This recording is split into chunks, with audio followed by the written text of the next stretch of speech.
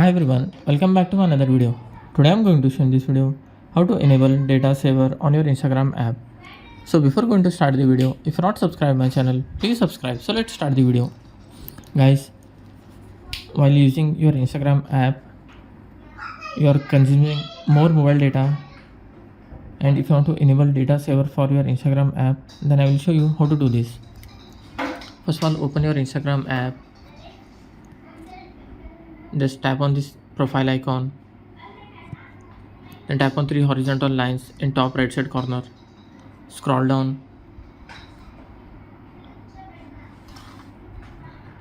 Here you'll find your app and media. Under this you'll find data usage and media quality. You have to just tap on this. In this you can see first option, data saver. You have to enable this option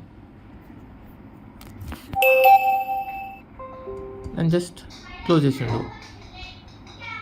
That's it guys. So in this way you can enable data saver for your Instagram app. Thanks for watching. Hope if you like this video, please like, share and don't forget to subscribe.